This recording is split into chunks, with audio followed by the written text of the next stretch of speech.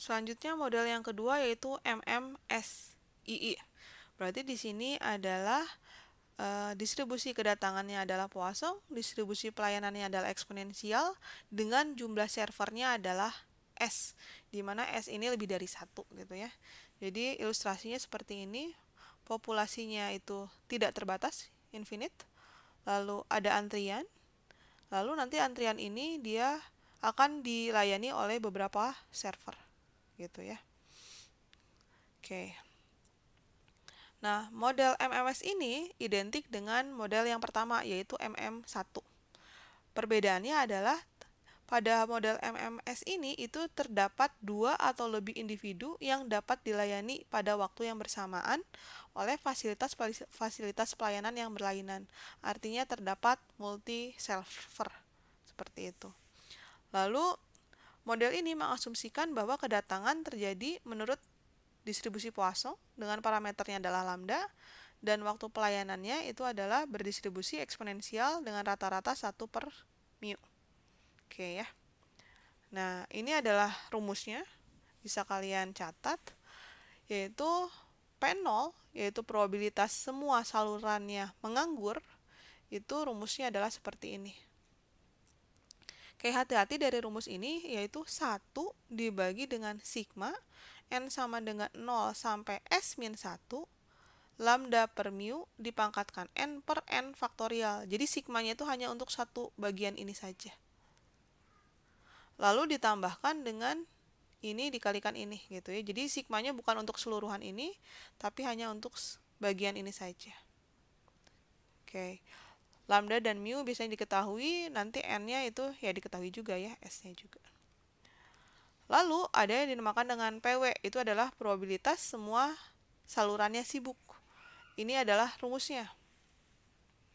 Nah, di sini dibedakan ketika N-nya lebih besar dari S atau N-nya di antara 0 sampai S. Oke. Dengan rho-nya itu adalah lambda per S dikalikan mu. Seperti itu. Oke, rumus-rumus silakan kalian catat saja ya. Nah, ini rumusnya juga LQ, LS, WQ, dan WS. Ya. Definisinya sama seperti yang di MM1. Nah, sekarang di sini contoh soalnya. Di sebuah gedung pertunjukan hanya terdapat 2 loket penjualan tiket. Artinya di sini adalah jumlah servernya ada 2, maka di sini MM2. Nah, penonton yang datang untuk membeli tiket mengikuti distribusi Poisson dengan rata-rata 30 orang per jam. Maka di sini kita ketahui bahwa lambdanya itu adalah 30 orang per jam.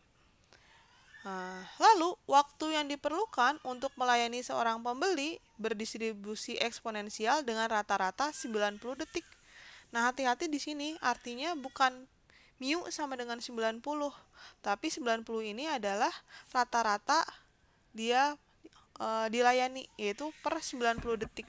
Artinya dalam 1 jam ada berapa orang sih yang bisa dilayani gitu. Karena di sini kan lambdanya dalam satuan jam ya, 30 orang per jam. Berarti yang 90 detik ini juga kita harus konversikan ke dalam jam. Artinya 1 jam itu terdapat 3.600 detik. Kita bagi dengan 90 detik. Berarti hasilnya adalah 40 orang per jam yang dapat dilayani. Jadi mu-nya itu bukan 90, tapi adalah 40. Ya, jadi diperoleh dari di sini adalah, jadi pelayanannya itu adalah satu orang itu 90 detik, satu orang 90 detik. Maka dalam 1 jam atau 3.600 detik itu harus kita bagi dengan satu orang dilayani itu adalah 90 detik. Maka itu hasilnya adalah 40 orang per jam. Ini adalah mu-nya gitu ya. Jadi hati-hati kalau diketahuinya adalah rata-ratanya. Begitupun dengan lambda ya, bisa jadi diketahuinya adalah rata-rata kedatangan adalah per 60 detik misalkan. Kalau per 60 detik berarti dalam 1 jam terdapat 60 orang yang datang gitu. Jadi lambdanya adalah 60. gitu. Jadi hati-hati dalam soalnya kalau diketahui adalah rata-rata ya. Jadi baik lambda maupun mu itu harus ditulis per satuan waktu. Nah, yang ditanyakan sekarang adalah notasi kendal yang diperluasnya. Kita bisa langsung jawab ini adalah mm2ii gitu ya. Karena di sini ada dua loket ya, mm2ii. Lalu probabilitas ada 5 orang pembeli di depan loket. Berarti ini ada n-nya sama dengan 5. Lalu ekspektasi panjang antrian termasuk yang sedang dilayani. Berarti di sini adalah LS. Karena termasuk yang sedang dilayani dalam sistem ya. Lalu yang D, ekspektasi panjang antrian tidak termasuk yang sedang dilayani. Berarti ini adalah LQ. Yang E, ekspektasi waktu menunggu dalam sistem. Berarti ini adalah WS. Karena di sini termasuk waktu pelayanan ya. Jadi ini WS. Yang F itu adalah ekspektasi waktu menunggu dalam antrian. Tidak termasuk waktu pelayanan. Ini artinya adalah WQ. Gitu. Nah, ini jawabannya kalian bisa jawab sendiri sih ya. Nah, P0 berarti di sini adalah 1 per 1 ditambah 3/4 ditambahkan bla bla bla ini ya. Kita tinggal substitusikan sebenarnya. Lambdanya adalah 30 dan mu-nya adalah 40 gitu ya. Di sini disederhanakan menjadinya 3/4 itu dari 30 per 40 ya. Hasilnya adalah 0,4545.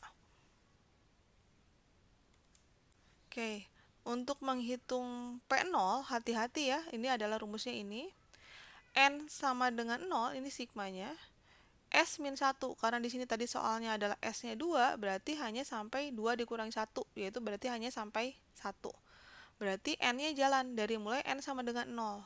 Berarti lambda per mu dipangkatkan 0. Berarti 30 per 40 dipangkatkan 0, berarti kan 1 ya. 0 faktorial itu adalah 1, maka di sini adalah 1. Ditambah dengan jalan S-nya. Menjadi S min 1, yaitu ketika N-nya sama dengan 1.